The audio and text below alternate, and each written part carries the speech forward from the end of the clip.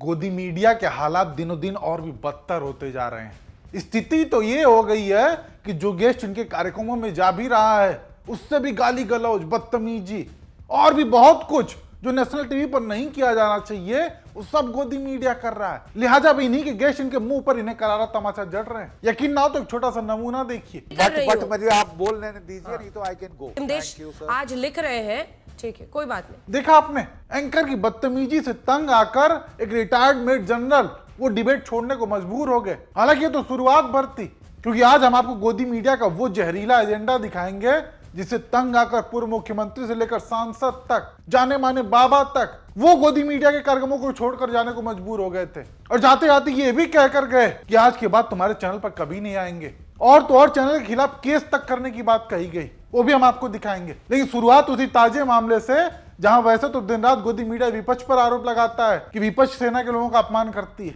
लेकिन जब खुद के शो में एक रिटायर्ड मेजर जनरल लाए तो उनके साथ बदतमीजी की गई, जिसके चलते उन्होंने शो छोड़कर जाना उचित समझा। उसकी वजह देखिए। We need to be a little more polite to each other, sir. Requesting you. मैं सिर्फ ये कह रही हूँ कि आप ये जो मुस्लिम देश आज लिख रहे हैं, ठीक है, कोई बात नहीं। देखा आपने, यही है सैनिकों के प्रति सम्मान कि एक पूर्व सैनिक को सो छोड़ने पर मजबूर होना पड़ जाए। खैर यहाँ आपको एक चीज ये भी बता दें कि ये वही जीडी बख्शी हैं जो एक समय में गोदी मीडिया के फेवरेट गेस्ट हुआ करते थे। आप लोगों ने ध्यान दिया हो तो हर एक चैनल के डिबेट शो में देखे जाते थे, लेकिन जब से जीडी बख्शी ने मोदी सरकार के फैसलों पर सवाल उठाने शुरू किए, गोदी मीडिया ने पूरी तरीके से गायब कर दिया। अब ये रेयर ही देखे जाते हैं, और जब देखे भी जाते हैं तो गोदी मीडिया उनके साथ ऐसे पेश आता है कि वो शो छोड़कर ही चले जाएं। बार बार टोकना, उनकी बात पूरी न करने देना और तो और एजेंडा अलग से, जिसके जवाब में जीडी बख्शी ने अंजना कश्यप को उनके मुंह पर आने दिखाया कि शिया सुन्नी वाला एजेंडा चलाते हो। ये जो आप मुस्लिम शिया सुन्नी कर रही हैं, मेरे ख्याल नॉट रिक्वायर्ड। ये नहीं, बट इन मुस्लिम देशों की पीड़ा कौन सुनेगा जनरल बख्शी? वहां पे ये मैं नहीं कर रही हूं। बट मुझे आप बोल लेने दीजिए, नहीं तो आई कैन गो। देखा आपने, ईरान मामले में भी शिया सुन्नी वाला एजेंडा जोड़ा गया, जिसे देखकर मजबूरन जीडी बख्शी को छोड़कर जाना पड़ गया।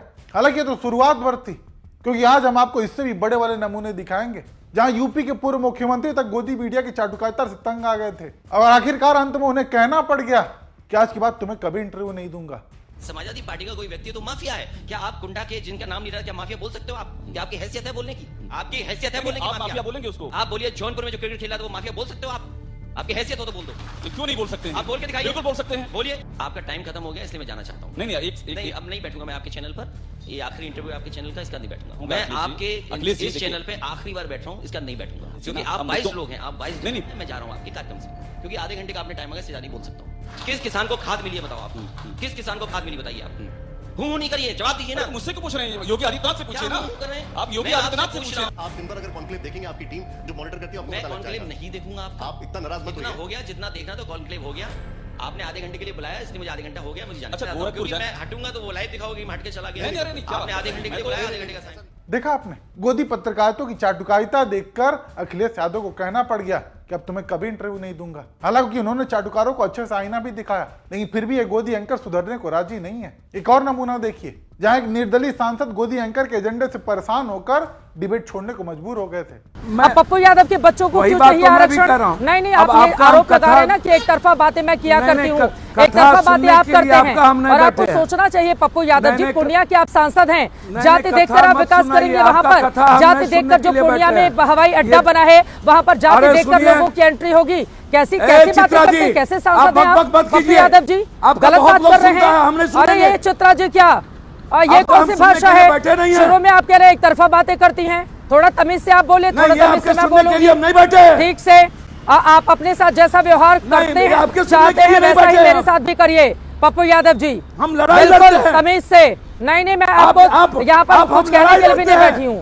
अपने लिए जैसा चाहते हैं वैसा ही व्यवहार मेरे साथ भी करिए। हाँ, नहीं, पप्पू यादव क्या भगवान थोड़ी ना हो गए? पप्पू यादव, पप्पू यादव भगवान नहीं है।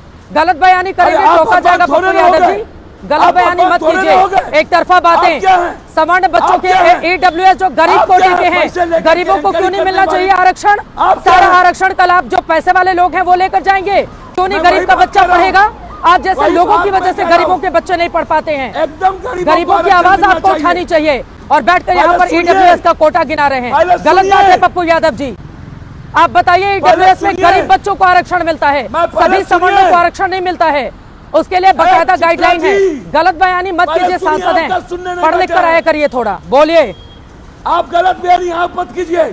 देखा आपने, चित्ता त्रिपाठी अपने आगे किसी की सुनने को राजी नहीं। हालांकि पप्पू यादव ने भी लाइव डिबेट में अच्छे से मोहतरमा को आईना दिखाया, जिसके बाद मैडम और भी बौखला उठी। हालांकि इनका यह अब रूटीन बन चुका है, पैनलिस्ट रोज गोदी मीडिया को लताड़ कर जाते हैं, फिर भी ये सुधरने की बजाय बेशर्मों की तरह अगले दिन फिर वही अपने नफरती एजेंडा को परोसने के लिए स्टूडियो में हाजिर हो जाते हैं। सम्राट चौधरी के पीछे आप पड़ गए हैं। आप ये बताइए कि 7 लोगों के हत्या का अभियुक्त, आरोपी नहीं, 7 लोगों का हत्या का अभियुक्त इस राज्य का उप मुख्यमंत्री बना हुआ है आपके अमित शाह जी के कृपा से, उनके मास्टर स्ट्रोक के तहत। और आप कहते हैं कि बिहारी होने के नाते मैं उस बात को उठाऊं भी नहीं, और आप कह रहे हैं कि इनकी बात क्यों कह रहे हैं? आपने अमित शाह से यह सवाल पूछा?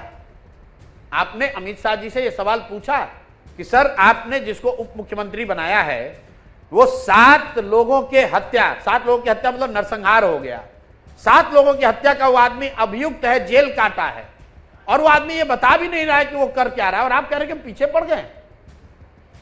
ये पीछे पड़ना है। देखा आपने, प्रशांत किशोर ने चित्ता त्रिपाठी के मुंह पर उन्हें आईना दिखाया, जिसके बाद मैडम की आवाज नहीं निकली। बीजेपी की चाटुकारिता कर रही थी, नहीं करारा जवाब मिलते ही बोलती बंद हो गई। खैर, चित्ता त्रिपाठी से आगे भी आप लोगों को कुछ दिखाते हैं। जहां एक बाबा काफी चर्चा में रहा, IIT बाबा, उसे गोदी मीडिया ने अपने स्टूडियो में बुलाकर खूब परेशान किया। वो शो छोड़कर जाने लगा तो गेट ही बंद कर दिया गया। इन सबको महामंडलेश्वर पता नहीं क्या क्या बने हुए हैं, मतलब तो मतलब साधु क्यों बुलाया भाई? अब मैं जा रहा हूँ ना।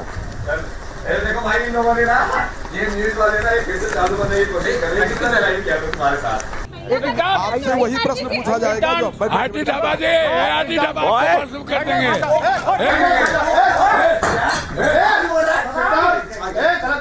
क्या बोल रहा है? तुम मारो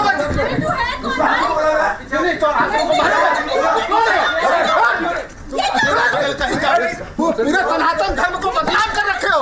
और पाकिस्तान का एजेंट है ये पाकिस्तान का एजेंट है, पूरा सनातन धर्म को बदनाम कर रहा है। रोड पर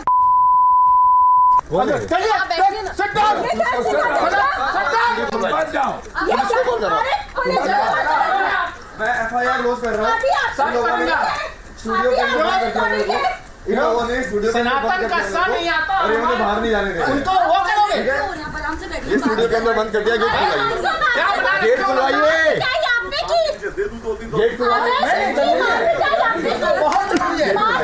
देखा आपने, मुर्गा लड़ाई करवाने की जो प्लानिंग गोदी मीडिया ने बनाई थी उसमें ये पूरी तरह सफल रहे। और हाँ, इन्हें इस बात से तनिक भी फर्क नहीं पड़ता कि उनकी इस चीखम चिल्ली का असर सामने वाले पर क्या पड़ेगा। उन्हें अपनी बस TRP से मतलब है। नहीं तो सोचिए, चैनल वालों और उसके बुलाए गए कथित बादशाहों की हरकत से IIT बाबा कहा जाने वाला वो लड़का इतना परेशान हो गया कि बाहर जाना चाहता था। इन चैनल वालों ने गेट ही बंद कर दिया। और ध्यान देने वाली बात कि अपना कैमरा चालू रखा। डिबेट शो को सास बहू वाला धारावाहिक शो बना रख दिया है। कभी फर्जी खबरों के जरिए दर्शकों का ध्यान खींचने की कोशिश करते हैं, तो कभी युद्ध वाले सायरन बजा बजा कर। ऑपरेशन सिंदूर के दौरान पूरे देश ने देखा कि कैसे गोदी मीडिया ने फर्जी खबरों के जरिए देश को गुमराह किया। नहीं, इसके बावजूद इन पर कोई कड़ी कार्रवाई नहीं की गई ताकि इनकी हरकतों में सुधार आ सके। हालांकि कार्रवाई की उम्मीद करें भी तो किससे, जिसको खुश करने के लिए गोदी मीडिया दिन रात चाटुकारिता में जुटी रहती है। लगता है वो इन पर कार्रवाई करने की सोच भी सकते हैं। हालांकि ऐसे में आप दर्शक गोदी मीडिया के इस नफरती एजेंडे को लेकर क्या सोचते हैं और इसका क्या उपाय है? आपकी जो भी राय हो कमेंट करके जरूर बताएं।